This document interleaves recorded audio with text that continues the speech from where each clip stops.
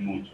Dejo la ceremonia a cargo del maestro de ceremonia, doctor Bronstein, quien no necesita presentación, a cargo del doctor. Muchísimas gracias, muy buenos días a los asistentes, buenos días, doctor Beitia de México. Mucho gusto, qué gusto saludarles, gracias. Y muy buenos días a los que actualmente están conectados en Barquisimeto, en la UCLA y en el Centro de Control del Cáncer Gastrointestinal. Yo creo que lo primero que pudiéramos decir es que esperemos que en este diciembre la pasen muy bien, que tengan unas felices Navidades, un feliz año y que el año nuevo sea para todos nosotros y para todo el país, lo que nosotros estamos esperando, todo lo mejor.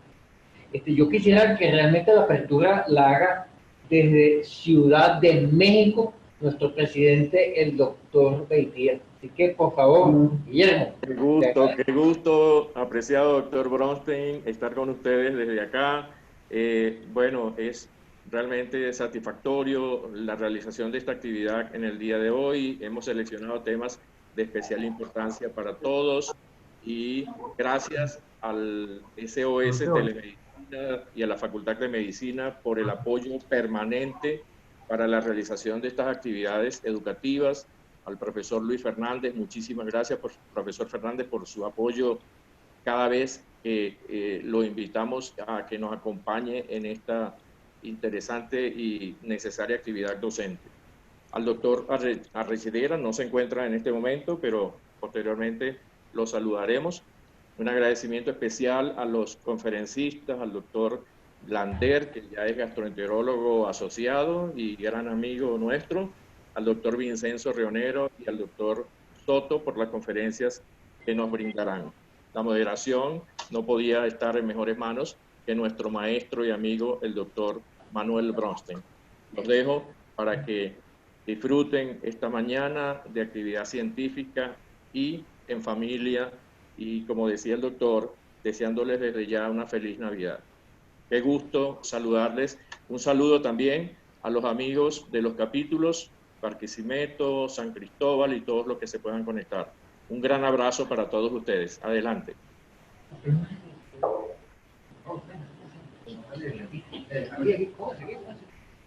Perdón. Buenos días. Doctor Arrecidera no se encuentra en este momento acá, pero sí nosotros desde SOS Telemedicina les damos la más cordial bienvenida a esta actividad, la cual ya venimos realizando mes a mes con el doctor Guillermo Beitia desde hace bastante tiempo. Y entonces esperamos que sea de provecho para ustedes y que además continuemos en los siguientes meses, ya para el año que viene, continuamos con esta actividad y que tengamos cada vez más audiencias, más sitios en Venezuela que se conecten a esta actividad. Muchísimas gracias de verdad a Telemedicina para Venezuela, a la Facultad de Medicina, con los cuales el convenio ha sido realmente excelente. Excelente, Guillermo. Bueno, vamos a dar entonces inicio al programa de hoy en la mañana. Quisiéramos que fuera lo más interactivo posible, de manera tal que una vez que nuestros expositores hagan su conferencia, pregunten, participen, opinen, tanto desde donde nos están viendo como aquí en el auditorio. Comenzamos con el doctor Vincenzo Rionero, médico radiólogo, egresado del Hospital Vargas, fellow en la Policlínica Metropolitana en tomografía de resonancia magnética Body, diplomado en física de resonancia magnética y coordinador del servicio de imagen de la Clínica Santiago de León. La verdad que yo he tenido la oportunidad de verle su conferencia en más de una oportunidad, y debo decir que son excelentes. Más que bienvenidos. Gracias. Muchísimas gracias por la invitación. Realmente siempre compartir con otras disciplinas es doblemente gratificante porque justamente significa la confianza que da esta disciplina y también la responsabilidad de brindar información que tiene que ver en este caso con el área de imágenes y poderla, digamos, llevar a un campo que pueda ser compartida con gastroenterología y pueda ser útil para ustedes. Igualmente yo me siento muy contento y halagado de poder compartir hoy conferencias con el doctor Bernardo Lander, que es el presidente actual de la Sociedad Venezolana de Radiología. De poco ya fue la toma de cargo con todo el mérito que se merece por esto. Vamos a hablar hoy de dos conferencias distintas. Inicialmente vamos a hablar de protocolos de imagen, específicamente tomografía y resonancia magnética, llevadas al área de gastroenterología. Esta charla nació cuando yo formaba parte de la parte académica del fellowship de tomografía y resonancia metropolitana. Me pidieron que hiciera una conferencia en la cual las personas que iban llegando al servicio se fuesen incorporando como la dinámica de los cambios que se tienen en tomografía y resonancia, y bueno, siempre volver a refrescar, porque difícil información respecto a por qué los protocolos son como son. Y a pesar de que esto es una información que deberíamos ganar en el posgrado, y pienso que debería hacerse también extensiva a los posgrados que tienen que ver con unidades de imagen, a veces la vamos perdiendo, a veces vamos cayendo en los paradigmas. Vamos diciendo, no, una tomografía con contraste es trifásica por excelencia. Vamos empezando a tomar, mira, el contraste oral es obligatorio, a tomar ideas que hemos venido heredando, incluso cuando hablamos de, esto no tiene que ver con este tema y tampoco se puede aplicar, pero así nomás vemos una analogía con los errores, con mala praxis. Uno de los errores que existe es justamente los errores por tutoría. Y por tutoría significa cuando escuchamos algo de una persona a la cual respetamos por su autoridad académica y la hacemos una verdad, sin caer en cuenta o sin, digamos, en algún momento cuestionarla o buscar una información que vaya contra ella. Yo pienso que esto ha pasado en el área de tomografía y resonancia. Muchas veces nos hemos venido teniendo una idea en la cabeza de que por lo menos con contraste todo debe ser trifásico, y por lo menos con respecto al contraste bioral, todo no se puede cambiar o manipular. Y eso es lo que vamos a hablar hoy. Vamos a ver. Bueno, esto estaba funcionando hasta hace muy poco, pero esto busca en vivo. No.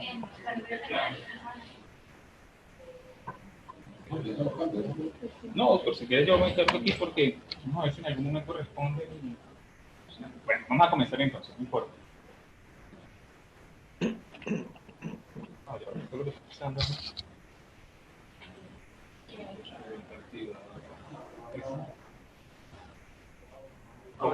ahora sí.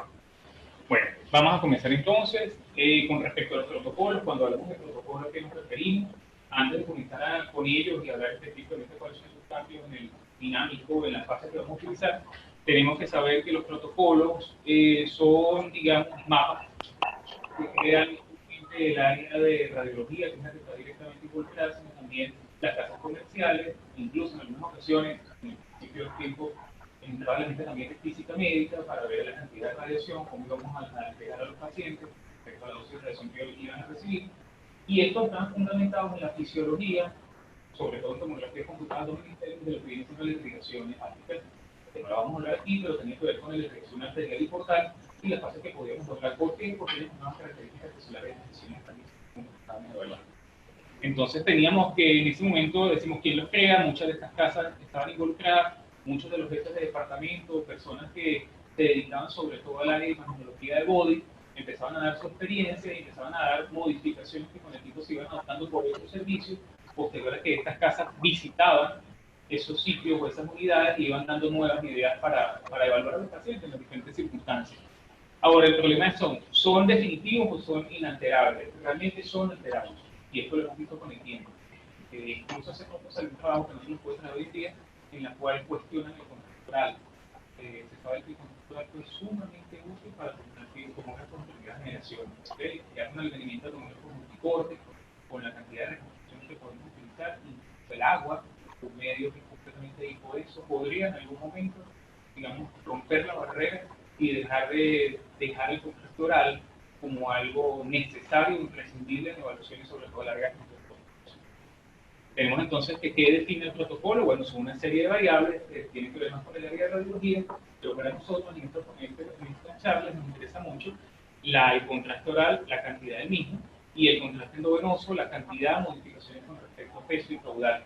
Es importante que lo sepan. Para nosotros cuando estamos a trabajar con tomografía, en tomografía, había un cambio que se hacía en el protocolo inicial, y era que el contraste utilizamos una densidad mayor y utilizamos una cantidad de volumen mayor y un caudal mayor. Daba mejores resultados y nos fuimos dando cuenta que en servicios a trabajar con enterotomografía utilizaban todavía el mismo protocolo de un abdomen y pelvis, únicamente con algunas modificaciones con respecto a la preparación oral. Esas fueron cosas que fuimos, por decirlo mismo, acoplando, partiendo nuestra experiencia, y en un momento, y comento esto porque el doctor de aquí una vez y me dijo, mira, esto se haga la tomografía, si no es aquí en el hospital, pero que se use el mismo protocolo, que aumente la densidad. Y yo dije, oye, ellos también se dan cuenta. Ellos también se dan cuenta que la imagen es distinta. ¿Okay? Y habrá punto nuevo más alto para que el micrófono pueda tener. No hay problema. Gracias, pongo aquí. Aquí les traigo una lámina de Elliot Fishman. Elliot Fishman es de Johns Hopkins, pero lo interesante de este hombre es que ha dedicado gran parte de su trabajo de investigación a la evaluación de protocolos de tomografía computada abdomen y pelvis. Incluso él tiene una página en internet en la cual te puedes afiliar. Lo único imprescindible para su afiliación es hacerle una pregunta, la que tú quieras, que tenga que ver con protocolos. No solamente son radiólogos los que están llamados a esta página, son de todas las especialidades, y él muchas veces da datos que él ha logrado conseguir o ha logrado, sí, experimentar y conseguir mejores estudios. Es un hombre, aunque no lo crean, importante en Estados Unidos. Ha sido invitado al Saturday Night Live, que es una persona que ha tenido contacto con presidentes de Estados Unidos, una persona muy respetada, tiene libros importantes en el área de body, y muchas veces nosotros consultábamos con este hombre por internet. Es muy sencillo hacerlo a través de su página, y respondía. No respondía tan rápido, pero respondía. Y nos dimos cuenta que mientras preguntas que les hacíamos que quizás eran más difíciles en estos protocolos nuevos que queríamos utilizar, él las simplificaba aún más. Una de ellas fue con el área de enterotomografía, hablando de los distintos aditivos que se iniciaron o se comenzaron a utilizar en la solución oral, y él decía al revés, vete a lo simple. Lo simple va a ser más económico, lo simple va a ser más replicable, y lo simple probablemente va a poder ser más útil incluso para ustedes a la hora de poder no tener que depender de sustancias que en algunos momentos o son muy caras o simplemente no están disponibles. Con respecto a los estudios trifásicos, miren, el estudio trifásico realmente está dado por la irrigación del hígado. La irrigación del hígado, como todos ustedes saben, esto es un público netamente de gastroenterólogos, como la área de radiología, nos da directamente la vena porta. Sin embargo, hay un aporte que nos da la arteria hepática. En ese aporte de 20-80 tenemos entonces que saber qué va a ser el contraste, y esto es justamente lo que da el trifásico. El trifásico lo que nos viene a dar es que, dependiendo de la lesión que estamos buscando, vamos a buscar un número de fases. Por lo tanto, si estamos hablando de lesiones hipervasculares, las cuales van a tener una irrigación de la arteria hepática, como en el caso del hepatocarcinoma, es obvio que necesitamos una fase temprana. Es obvio que necesitamos utilizar una fase de 10 segundos o quizás un poco más. Y esto lo vamos a ver en el recuadro.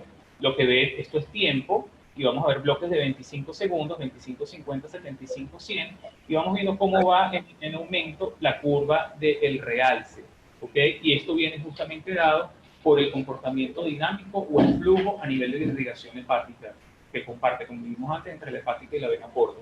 Es importante que vemos esto porque, por lo menos en la tomografía, así como hay un realce, posteriormente vamos a hacer una fase de equilibrio, es decir, entre la vena hepática, la arteria hepática y la vena porta, y vamos a un descenso de ese aumento de señal, cosa que no pasa en resonancia magnética. Como pueden ver en este caso, en resonancia magnética tenemos un aumento de señal, tenemos un alargamiento de los tiempos en el T1, tenemos un realce que logramos en las distintas fases del dinámico en resonancia, que se hace completamente distinto con tomografía. Sin embargo, esa impregnación queda por un tiempo.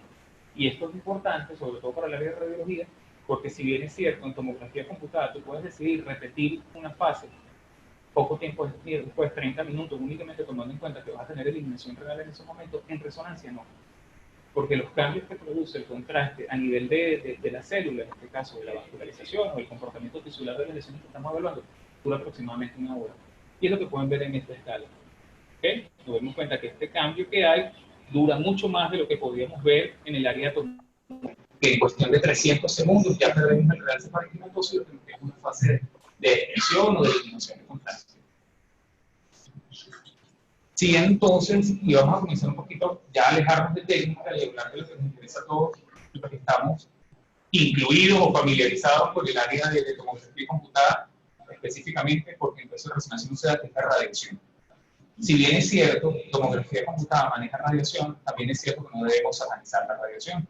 Y recordemos que estos son métodos que han sido probados, tienen licencia, y en manos, por decirlo, expertas o conocedoras no van a significar un riesgo real para el paciente, o por lo menos un riesgo controlado. Tenemos entonces que la radiación máxima permitida actualmente en trabajadores de los Estados Unidos es 50 milisieverts. La dosis mínima anual de radiación unida al aumento de riesgo de enfermedad es de 100 milisieverts. La dosis que causa síntomas de envenenamiento a corto plazo es de 400. El envenenamiento severo es de 2000 milisieverts y finalmente la radiación necesaria, una dosis necesaria para una radiación fatal oscila más o menos en 8000 milisieverts. ¿Por qué les digo esto? Cada barrido tomográfico que hacemos aporta 10 milisieverts. Repetimos entonces, la dosis mínima de radiación, o la dosis aceptada de radiación anual para trabajadores en Estados Unidos es 50. Un barrido tomográfico aporta 50 milisieverts. Y hay formas de disminuir. Hay formas de disminuir esa cantidad de radiación que aportamos al paciente. Cuando miras el público, no se lo entiende. Porque no Tienes que hablar. Entonces, hay que mantener el tono más alto y tratar de que la voz se dirija en la mayor parte del tiempo hacia el micrófono. No, creo que el micrófono. No, es que el micrófono está aquí. Difícil, voy a poner un poquito más. Voy a poner esto más para acá, para que quede más enfrente tuyo. Porque ahí sí. Ok, vale. Entonces, bueno, seguimos. Para que tengamos una relación más o menos de radiación y tipos de estudios. Perdón, ve hacia la pantalla. Okay. Nosotros le dimos a través del televisor. ¿No? Perfecto. Para que tengamos más o menos una relación con respecto a radiación y tipos de estudios que realmente usamos en la cotidianidad, una rayos X de columna tiene 1.5 milisieverts, una rayos X de abdomen tiene 8 milisieverts, una rayos X de tórax tiene más o menos 0,2 milisieverts y una tomografía computada de abdomen y pelvis en fase única tiene 10 milisieverts. Por supuesto, entendiendo que cada fase adicional que demos a este protocolo de estudio va a ir sumando y va a generar más o menos 10 milisieverts por barrido, aunque dependiendo del servicio, por ejemplo, en su momento en Policlínica Metropolitana tenían un programa de disminución de radiación, logramos manejarnos con 8 milisieverts por barrido. Con respecto a las fases que logramos, para saber qué buscar en cada una de ellas, por qué solicitamos un barrido tomográfico, de manera simplificada, sabemos que en una arterial temprana, en el cual hay un delay o un retraso en el momento de la adquisición de 20 a 26 segundos, pertenece a lo que viene siendo uso exclusivo con foco realce para estimatorios, por lo menos los hemangiomas, por la patología hipervascular, que viene siendo el hepatocarcinoma o lesiones metastásicas de lesiones hipervasculares, son las que van a conseguir un realce en esta fase. En lo que se conoce una fase arterial tardía, que ya estaríamos hablando entre 36 segundos y 50 segundos, entra el páncreas, que es uno de los órganos que se beneficia de esta fase, por decirla, que sigue siendo arterial, pero se acerca un poco más a un equilibrio, a una portal. Realzan igualmente estructuras hipervasculares que no lo van a hacer, o mejor dicho, ya van a haber alcanzado un equilibrio en fases posteriores, y también vamos a ver entonces realce de lesiones y corteza renal, hepatocarcinoma, hemangiomas, adenomas, tumores neuroendocrinos e hiperplasia nodular focal. El resto de las fases, que son quizás las que estamos más comúnmente acostumbrados a ver, y son muchas veces las que nos sentimos más cómodos viendo, porque realmente el parénquima de los distintos órganos ya alcanzaron un equilibrio, se ven homogéneos, y es fácil encontrar lesiones siempre y cuando estas tengan un comportamiento hipocaptante. Se alcanza entonces en un delay de 60 segundos más o menos 10, el hígado luce bien o pacificado, y es la única fase que van a encontrar dentro de todos los protocolos. Es la única fase que toda tomografía de abdomen contraste, si no es un estudio dirigido por una patología vascular, por supuesto, va a tener. Como les dije anteriormente, es donde mejor se visualizan las lesiones ocupantes de espacios hipovasculares. Y finalmente tenemos una tardía o un equilibrio que se consigue más o menos entre 2 y 15 minutos después. En algunos lugares también le llaman eliminación. Aquí no la llamamos eliminación porque también es una fase que vamos a utilizar en patología como en el hemangioma o en patología como la hiperplasia nodular focal, en la cual estamos buscando caracterizar el comportamiento tardío de esa lesión sin importarnos la expresión renal. Ayuda a la detección de realce tardío de varias lesiones, como les dije anteriormente, y de estas tres, digamos, el que me faltó comentarles es el colangiocarcinoma. Tenemos entonces, ¿cuándo pedir cada una de esas clases? De estas fases, perdón. Sin contraste, podemos hablar fácilmente del hígado graso, podemos ver hemorragias, calcificaciones y como base para la confirmación de realce previo de lesiones. Fases arteriales tempranas como la arteriografía y estudio de lesiones hipervasculares, como les dije anteriormente, y por supuesto para anatomía arterial, variaciones en el árbol arterial, sobre todo bien sea en patología intervencionista o incluso en trasplante, donde es muy útil la fase temprana arterial. Una fase tardía arterial es la detección de lesiones hipervasculares hepáticas y caracterización de pequeñas lesiones. Y como les dije anteriormente, la fase venosa portal, que por excelencia pertenece a todos los estudios de rutina y sirve, por supuesto, para ver o para caracterizar enfermedad metastásica, entre otras cosas, enfermedad secundaria. Y la fase de equilibrio, como les dije anteriormente, con los diferentes usos que con ella podemos lograr. Con respecto al comportamiento de las lesiones secundarias, tenemos que las hipervasculares pueden ser mejor reconocidas en fases sin contraste. Sin embargo, su comportamiento dinámico y lo que nos va a llegar hacia una, digamos, hacia una duda diagnóstica y finalmente un diagnóstico probable, es en esta fase donde lo vamos a poder ver. La fase portal pueden ser casi isodensas o pueden presentar lavado. Lavado significa, también lo van a ver en algunos informes como washout. Washout significa que la lesión no solamente no es hipervascular con respecto al parénquima hepático, tampoco es isodensa con el respecto al tejido hepático, sino es hipodensa. Ese comportamiento de recibir muy rápido flujo, que es el washing justamente, que la vemos en una fase arterial temprana, y en una fase portal ver un lavado o que sea hipodensa con respecto al resto del parénquima, es lo que nos predice cuál es su comportamiento dinámico, que probablemente la mayor irrigación viene de las arterias hepáticas, y es por eso que cuando viene el flujo portal, ellos ya están lavando, ellos ya están perdiendo su irrigación. Y es aquí donde la mayoría de las lesiones hipercaptantes con un comportamiento sospechoso van a entrar, y es el papel del radiólogo, junto con la información del gastroenterólogo, orientar este diagnóstico. Tenemos entonces el hepatocarcinoma, los tumores neuroendocrinos, la metástasis de melanoma, como la metástasis por excelencia hipervascular, y algunas lesiones renales. No, disculpa, es que estoy silenciando los micrófonos de la otra persona. Okay. Y entonces, ok, ahí ya estamos. Perfecto. Con respecto a las hipervasculares, son mejor reconocidas en fase portal, como les dije. ¿Por qué? Porque se ven hipocaptantes con respecto al resto del parénquima. Igualmente, la adición de fases sin contraste contribuye a su detección en algunos casos, y especialmente lo vamos a ver muy útil cuando hablamos de oncoradiología, en evaluación de patología secundaria o por extensión de mama, lesiones colorectales y pulmón.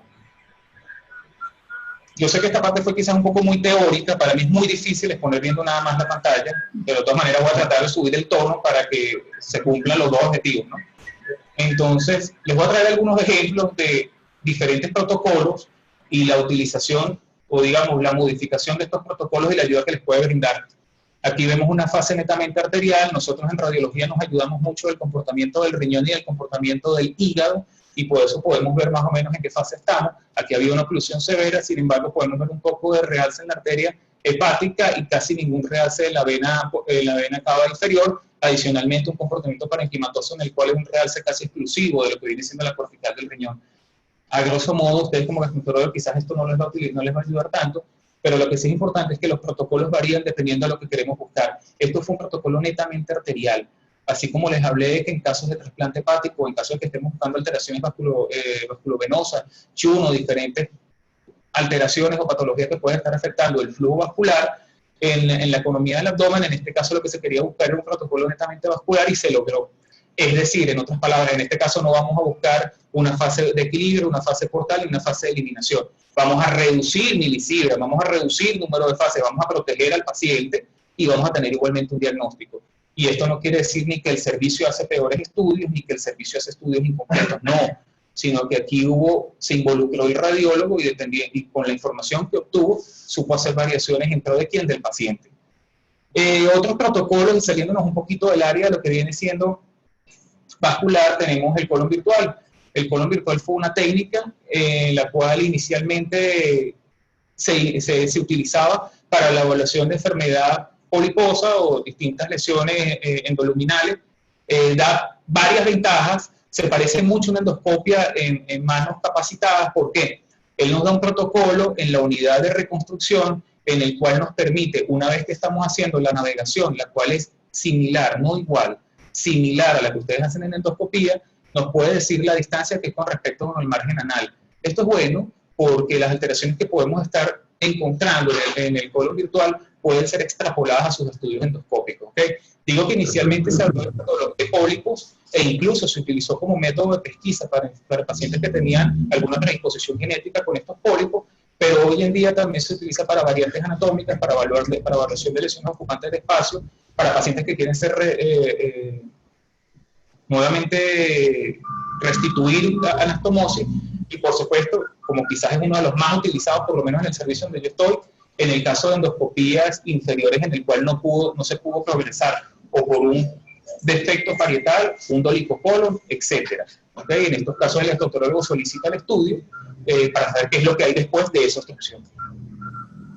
Otro protocolo que es importante, quizás ya lo hemos hablado con mucho más detenimiento en otras conferencias y lo vamos a hablar en la próxima, en la última, es el protocolo de enterotomografía y enteroresonancia. Se dan cuenta que aquí no hay contraste oral, aquí las asas intestinales no son blancas, y esto justamente es la utilidad del método, que no solamente permite un contraste hipodenso del realce parietal, sino gracias a la distensión que logramos de las asas intestinales, podemos ver una caracterización bastante aceptable de lo que viene siendo el contenido de estas asas intestinales.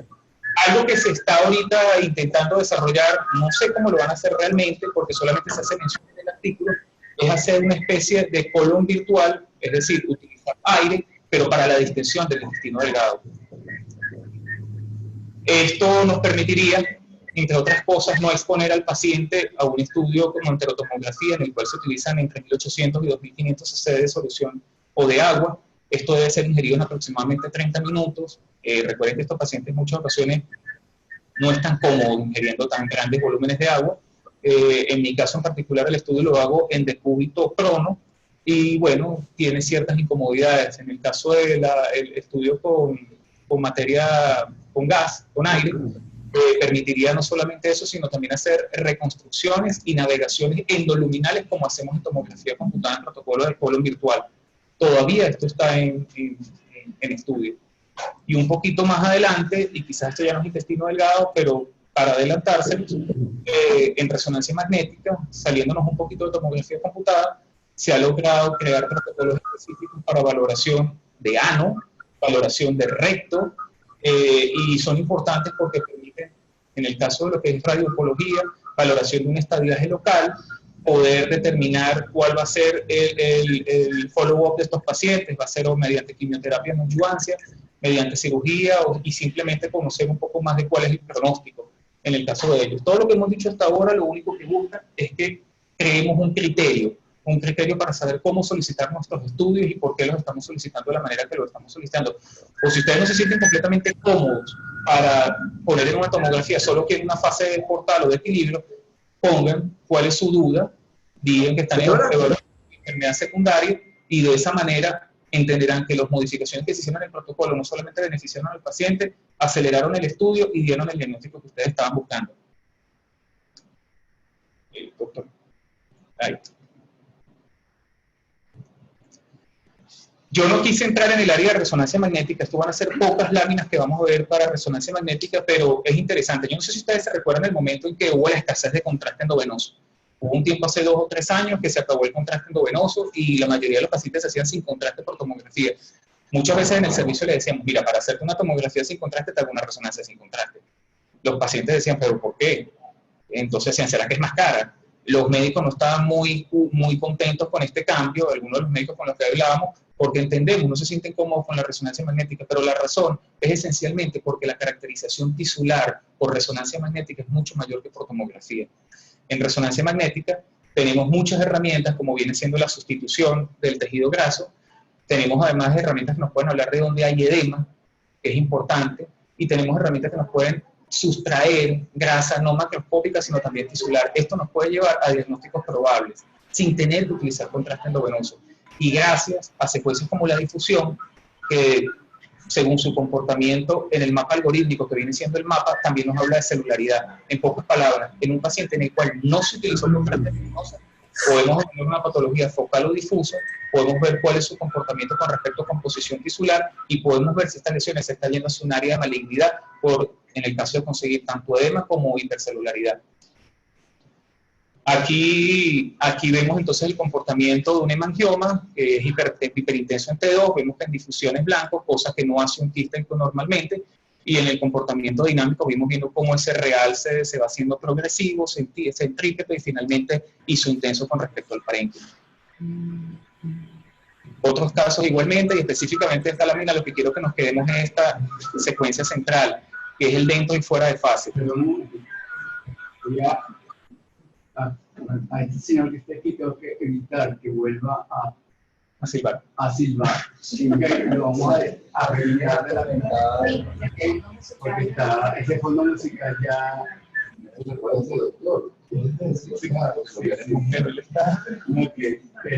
a hacer una sesión aquí, yo voy a iniciar a todos y no voy a permitir que reinicie. No, yo siento que me acompaña y él está conmigo. El doctor no siga silbando. Nosotros queremos mucho, ya sabemos que es muy grande. Ok, en esta segunda diapositiva no vamos a entrar realmente cómo fue realizado el diagnóstico, porque quiero que vean algo. Aquí hay dos formas diferentes de saturar grasa. Una de las conferencias que teníamos nosotros para fellows en el fellowship de tomografía de la Metropolitana era cómo saturar grasa en resonancia magnética. Esto realmente a veces es una duda incluso para radiólogos. Es diferente como saturamos grasa, por decirlo de algún modo, macroscópica, en este caso donde vemos la grasa del celular subcutáneo, también del mesenterio, que se pone negra, ¿ok? Como lo hacemos en el dentro y fuera de fase. En ello lo que estamos buscando es la grasa que está dentro de la célula, donde hay una célula que inicialmente no tiene grasa y que ahora la tiene.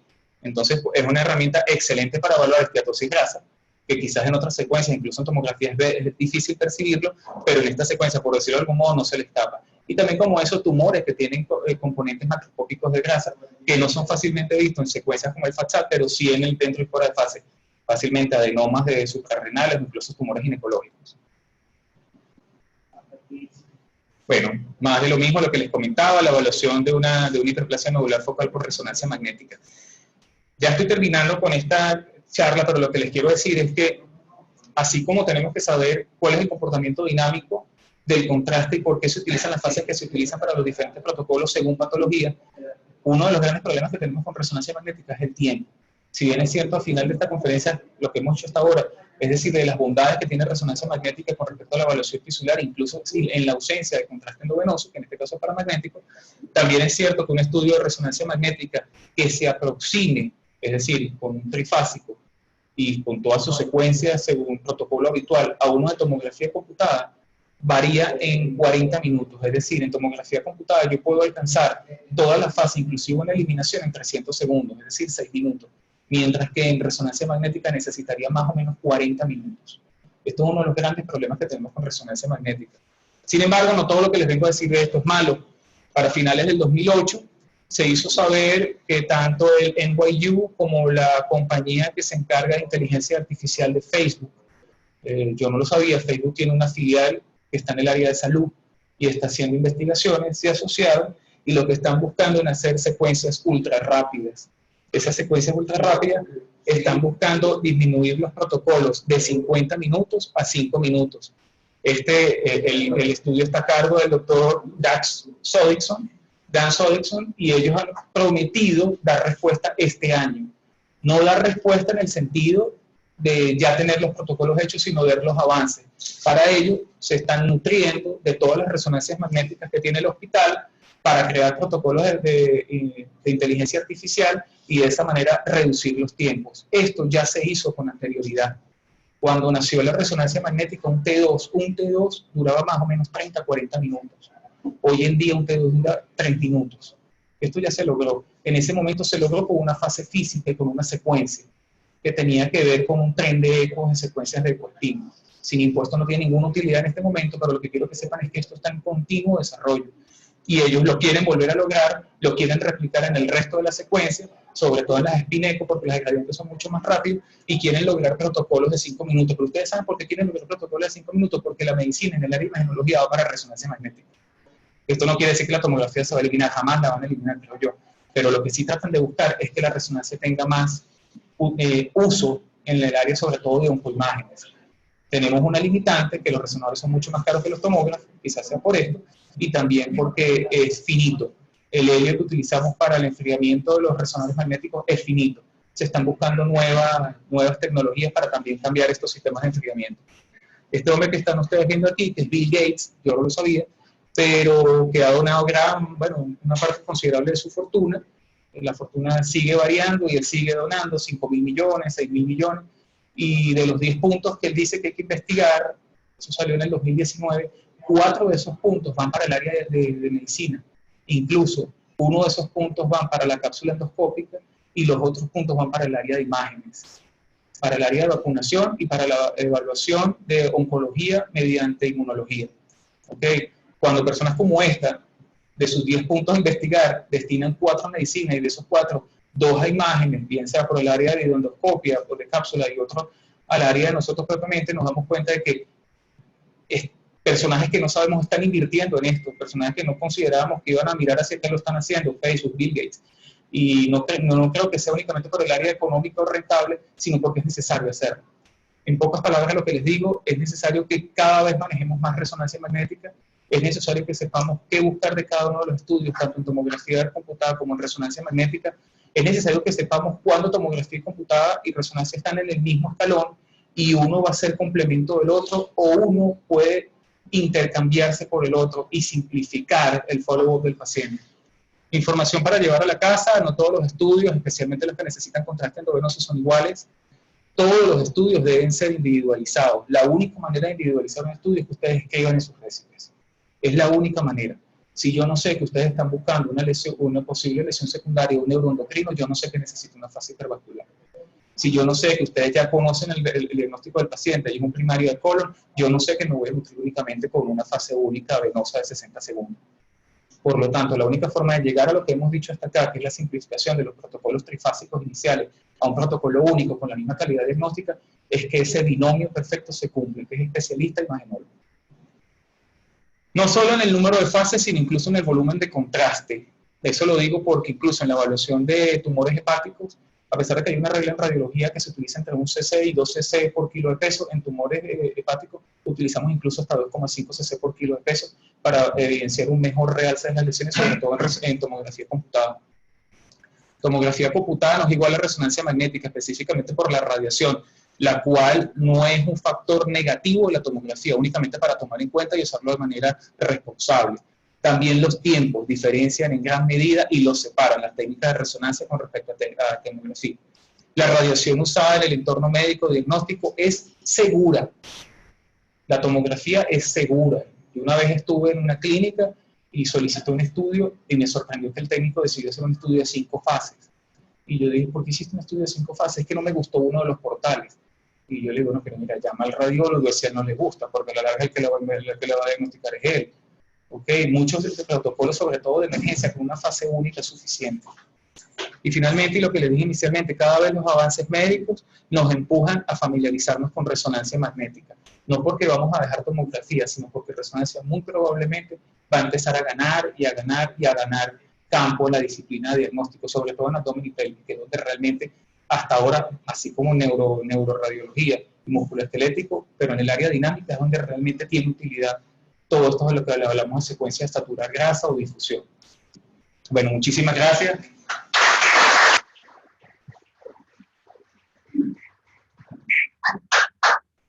Yo quería preguntarte el uso de este tipo de estudios en el embarazada. Bueno, realmente radiación ionizante no es algo que podemos utilizar en mujeres embarazadas. Y con respecto a resonancia magnética, se sabe que entre el primer y segundo trimestre no está muy de acuerdo con la utilización de resonancia magnética. ¿Qué es lo que ocurre con resonancia magnética? La resonancia magnética realmente no es inocua. Hubo un tiempo en que simplificaron esto y dijeron, tomografía computada tiene radiación, es malo, es satanás. Resonancia magnética es inocua, no hace nada. No. Recuérdense que inocuo es lo que no le hace nada al organismo. Y resonancia sí le hace algo al organismo. Claro, lo que le hace es mínimo y irreversible. Por ejemplo, da calor. Entran en un resonador magnético, un protocolo hepático de 47 minutos y les va a dar calor. Por ejemplo, pueden sentir algunas áreas que están cerca de las antenas que se pueden sentir que se pueden estar quemando. ¿Okay? Otro efecto que puede dar, aumentar crisis hipertensiva. No en todos los pacientes, en algunos. No quiero que entiendan que todos los pacientes que entran en un resonador saben con una crisis hipertensiva, pero puede dar incremento de la frecuencia cardíaca y después incremento de la tensión arterial. ¿Por qué les digo esto? Resonancia no es completamente inocua. Entonces, lo que se sabe hasta ahora y lo que ha dicho la Sociedad Americana de Radiología es que en los primeros 2 trimestres, quizás hasta la mitad del segundo trimestre, no nos manejemos en el uso indiscriminado de la resonancia magnética. Incluso ustedes pueden darse cuenta que los estudios para ver alteraciones fetales y alteraciones fenotípicas, genotípicas del paciente, imagenológicamente es resonancia magnética en último trimestre. Entonces, hasta aquí nos vamos. Por ejemplo, nosotros teníamos protocolos en la clínica en pacientes embarazadas donde estábamos sospechando apendicitis o alguna patología que estaba fuera del área de obstetricia. estaban bastante avanzadas en su edad de gestación y hacíamos una fase única con saturación buscando edema. Es decir, veíamos que una fosa ilíaca derecha tenía edema, había un poco de líquido libre, el paciente tenía maniobras sospechosas para apendicitis y podíamos decirle, sin hacer protocolos tan largos, protocolos de 5 o 6 minutos, sin utilizar tomografía con radiación, sin, digamos, estresar a la paciente con tiempos muy largos de resonancia magnética, podíamos dar una acercación diagnóstica. Algo, o sea, lo felicito por la charla porque veo que la imagenología está para mañana, aquí. La cuestión es que tenemos que tomarla en cuenta. Yo creo que ya pasó esa fase en donde el radiólogo estaba siendo visto como el fotógrafo de la medicina.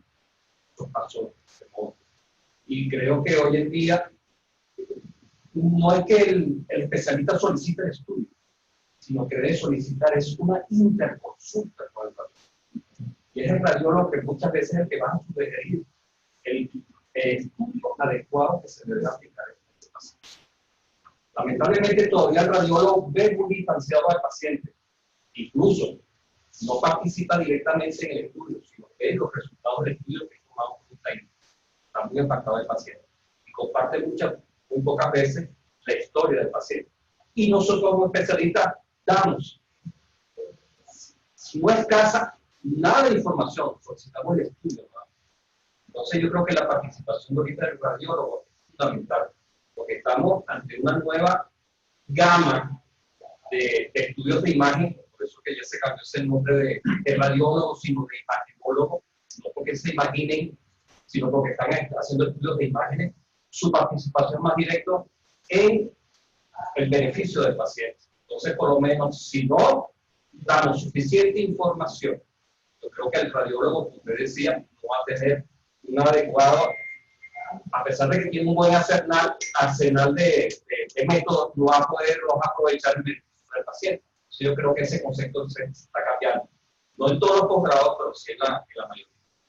Y lo otro es que no se está registrando la radiación que se le aplica a cada paciente en su historial. Y la escala que tiene usted, en donde por lo menos una de las cosas que yo le comparo a los residentes que imparto clase es que cuánto equivale en placas de tórax, un estudio de color por enema, una PCR terapéutica o diagnóstica, para que ellos vean lo importante que representa la radiación para el paciente. Hasta para uno mismo que está participando en eso, que uno muy pocas veces lleva el historial de radiación de ese paciente. Y es sumamente molesto para mí que un paciente que tenga un mes hospitalizado tenga 4 tumores. Entonces, no llega un momento en que el radiólogo dice, no, ya va.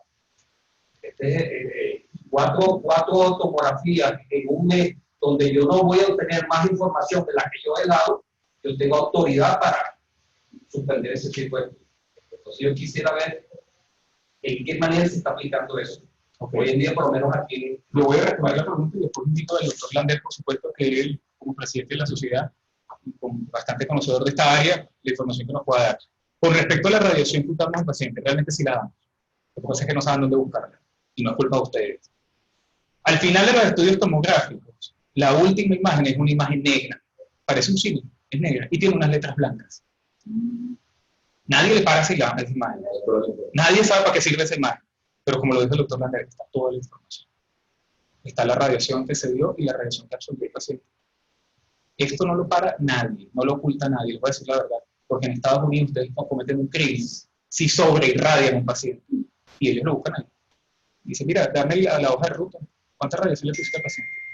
Oye, no, le hice 5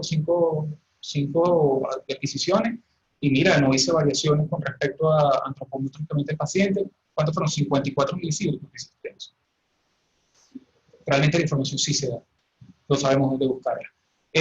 Con respecto a que si los radiólogos podemos en algún momento parar la cantidad de tomografía, sí se puede, pero en algunas ocasiones los especialistas tampoco quieren que les paren la tomografía porque no están muy seguros con respecto a la clínica del paciente. Entonces viene una diatriba y en lo que nosotros podemos aportar es disminuir el número de fases. Es decir, mira, sabes que vamos a hacer una única fase sin contraste. Lo que quieres ver realmente es la valoración de una colección o la detección de una asa, no necesitas contraste para eso porque ya conoces el diagnóstico.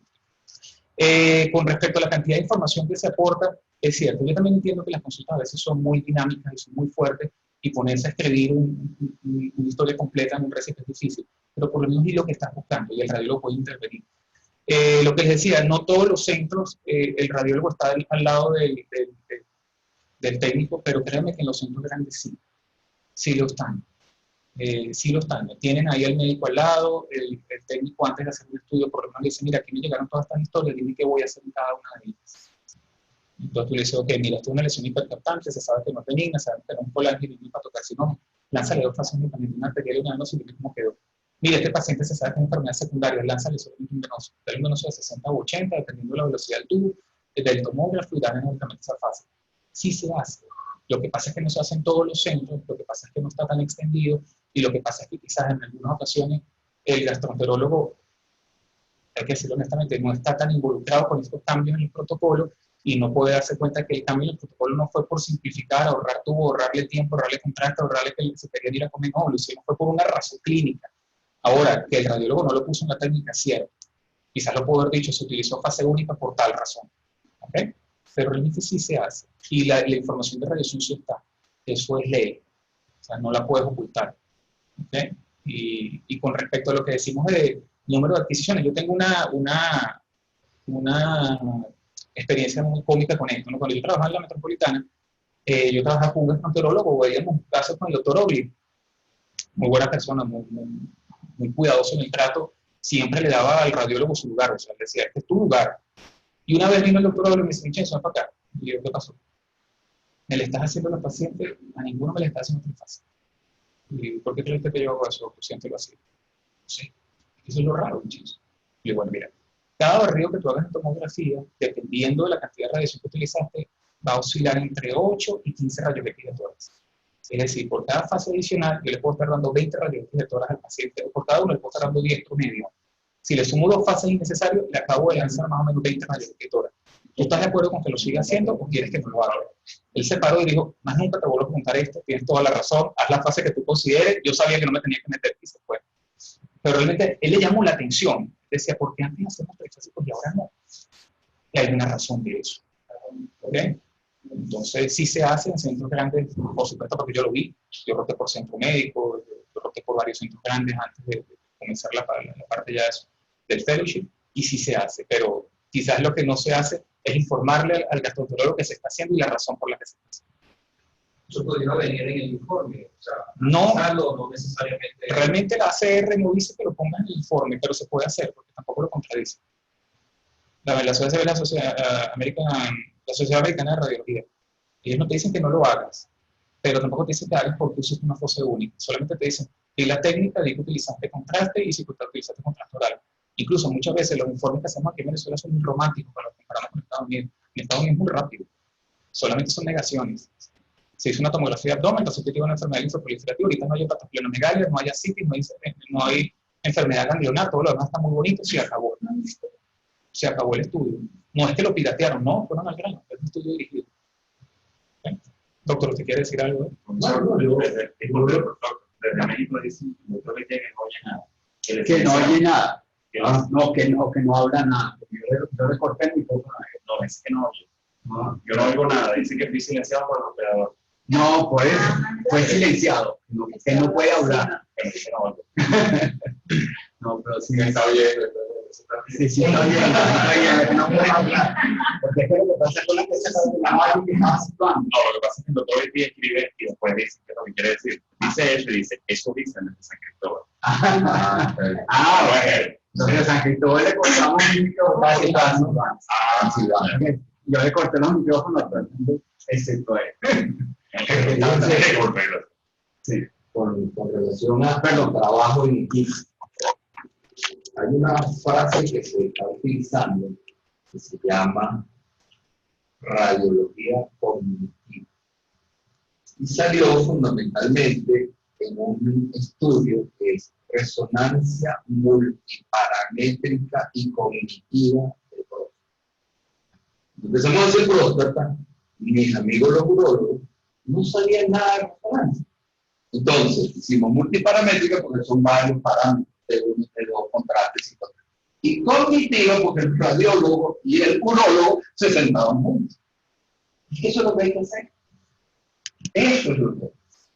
No es que si yo hago 4 fases, 5 fases, no, dime qué tienen, qué estamos buscando. Hicimos el estudio, lo encontramos, lo tenemos. Ah, eso llama tiempo, así que. Y muchachos, todos tienen 11 pisos donde hacen radiología. El piso 6 no existe. Es el hospital donde se hace imagen. Y eso es lo que hay que hacer. Entonces, es mucho más fácil, no es nada más bonito que una reunión radioclínica. Una maravilla. El paciente presentó esto. Pero es muy difícil y es un interrogatorio de 35 años que yo llevo, TAC de abdomen. Es un interrogatorio. TAC de abdomen, esa es la referencia. ¿Qué tendrá este sí? Vamos a ver. Entonces, claro, nosotros tenemos una semiología, nosotros tenemos una manera de leer y de interpretar los estudios. Nuestro error está ahí.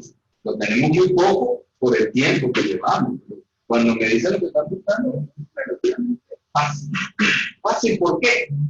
Porque tomografía y resonancia no es nada más que la gráfica de la clínica.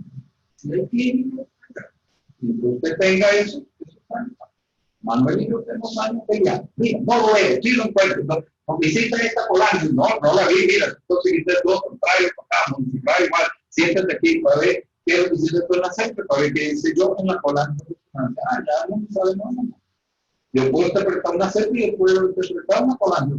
¿Por qué? Porque tenemos muchos años viendo esos estudios. Entonces, esto lo único que ha cambiado es que el servicio de radiología está en puerta abierta y el café siempre se cuando hay. Es que es verdad, para nosotros es una maravilla. A mí me decían el otro día, pero es que yo vengo a molestar para acá. No viene. Tú vienes a ayudarme, hermano. Usted sienta, me dice qué tiene, lo discutimos, y el paciente se ve seguro, se lo ponemos. Y yo salí tranquilito con mi informe. Entonces, esto es importante. Radiación. Los que hacemos intervencionismo, tenemos tiempo de fluoroscopio. Pero el tiempo de fluoroscopio es igual a que yo le salve o no le salve la vida al paciente. Hay una sociedad venezolana de protección radiológica y todo, y andan en cacería de los que hacemos, y lo digo públicamente, de los que hacemos intervencionismo de cualquier tipo. Porque pusimos mucho tiempo. Lo que yo necesito para salvarle la vida al paciente de emergencia. Y si después le quemé la piel o no le quemé la piel, hay muchas técnicas para evitar. Entonces, en tomografía nosotros tenemos muchísimas técnicas igual que el intervencionismo. Si usted deja la pantalla abierta, está recibiendo rayo todo. Si usted cierra la pantalla y usted está con su endoscopio, usted lo que quiere es caerle a la papila, usted cierre, no rayes, sino ese pedacito, igual, colime, déjenlo. Y en tomografía igual, le dieron un señor cólico, nefrítico, dolor abdominal, no sabemos qué es. Bueno, hacemos una tomografía, es una brutal. El control, si aquí puse 100 kb, el control lo puedo hacer con 40, con 60, porque lo que veo es dónde está la piedrita, que ya sé dónde está, si se puede. Pero, ¿qué es lo que pasa a veces? La primera tomografía la hizo en la metropolitana, la segunda la hizo en el centro médico y la tercera la hizo donde estuvo. No dicen nada. Entonces, ya a mí ya me trae un estudio que él lo hizo, que tiene el diagnóstico de una litiasis, en un riñoncito, en un uretra, ¿no? Nuestros técnicos ya están acostumbrados. Los tomógrafos nuevos ya no irradian lo que no necesita, porque nosotros trabajamos con 2 proyecciones previas, que es el topograma, un AP y un lateral. Eso le da al tomógrafo la información del cuerpo, el tamaño, el grosor y cuánta radiación él necesita para hacer el estudio. Las cosas han ido cambiando tanto que la radiación es tan inocua que los físicos, las casas comerciales, todo lo que están cada vez reduciendo la vida. Ya no lo hace más fácil. Eso es radiología, o mejor dicho, toda medicina con inteligencia actualmente, porque todo se está haciendo más fácil. Tomógrafo nuevo que vamos a inaugurar en el centro médico, ese señor, primero que tengo que aprender, esto es lo malo, fastidioso, como le digo yo, lo que ponemos otra vez a aprender, un tomógrafo muy rápido, va a ser muy rápido. ¿Cuánto va a ser el delay? Nosotros no hacemos delay por tiempo. Yo no trabajo por tiempo. Yo trabajo, los tomógrafos tienen un sensor que uno se para en la aorta, le pone el cursor y empieza a tirar un poquitico de contraste y un rayo. Un poquito de contraste y un rayo. Hasta que capta y la aorta se prende. Cuando la aorta se prende, ¡pum!, arranca inmediatamente el tomógrafo. Entonces, tenemos muchísimos trucos, pero que hay que saber manejar. Pero ¿qué tengo que yo saber? Si el señor tiene un traumatismo hepático, es arterial inmediato y se lo acaba de abrir. Pero si el señor se dio el traumatismo hace 2 meses y yo no tengo bien la función hepática, ese señor puede tener un pseudoneurisma de la arteria hepática. Entonces es retardado el estudio. Entonces, si no me lo dan, es muy difícil. Entonces, yo no puedo meter un paciente que se vaya, oye, no le hicimos la fase porque yo creí que... No, yo le hago toda la fase. Aunque esté ahí, porque me voy a descubrir lo que estoy viendo es ahí, porque no tengo información. Y eso es lo único que yo les vendo. Lo que vamos a ver ahorita, si yo no tengo mi gastroenterólogo, esto no sirve. No sirve. La próxima conferencia tengo que tener un gastroenterólogo. No tengo a Manuel que sabe cómo es. Porque si no tengo al gastroenterólogo de la lugar, esto no funciona. Porque esto ha cambiado muy rápido. No es tomografía de abdomen, eso no existe. Existe tomografía del acceso hepático, existe tomografía del tumor hepático, existe tomografía de la ictericia obstructiva, y así sigan ese libro que ustedes van abriendo por capítulo, ¿verdad? Cada tomografía está basada en uno de esos capítulos. Porque cada capítulo de gastro tiene un pedacito al final o en el medio de las imágenes. Nosotros las vamos a buscar dependiendo de lo que tenga ese paciente. Yo no soy el presidente de la sociedad, yo no soy el epónimo del Congreso. Todavía no me ha tocado ser presidente, no te preocupes. Con respecto a lo que decía el doctor Lander, es cierto, realmente no se aprendan estos números de segundos. Yo se lo dije para simplificar. Todo esto realmente viene del Smart Prep. El Smart Prep es la herramienta que está hablando el doctor Lander. En esta herramienta sabemos cuándo ya llegó flujo o es suficiente flujo en la aorta, y aquí sabemos las fases que vamos a buscar. El problema de esto y por qué aprendérselo por números o por segundos las fases a veces puede traer complicaciones es porque realmente las fases tienen que ver con gasto cardíaco. Por lo tanto, en pacientes mayores vas a tener que una fase por tal tardía te va a dar entre los 80 y 100 segundos, mientras que una persona muy joven a los 60 lo alcanzaste. Por eso es que en algunos momentos en la charla les decía se alcanza entre 60 y 80, siempre agarramos un intervalo. Pero es cierto, o sea, realmente es difícil hacerlo, pero más o menos por allí por donde va. Y la herramienta de Smart Prep lo que nos ha ayudado a saber simplificar estas fases. ¿Okay? ¿Hay alguna otra pregunta?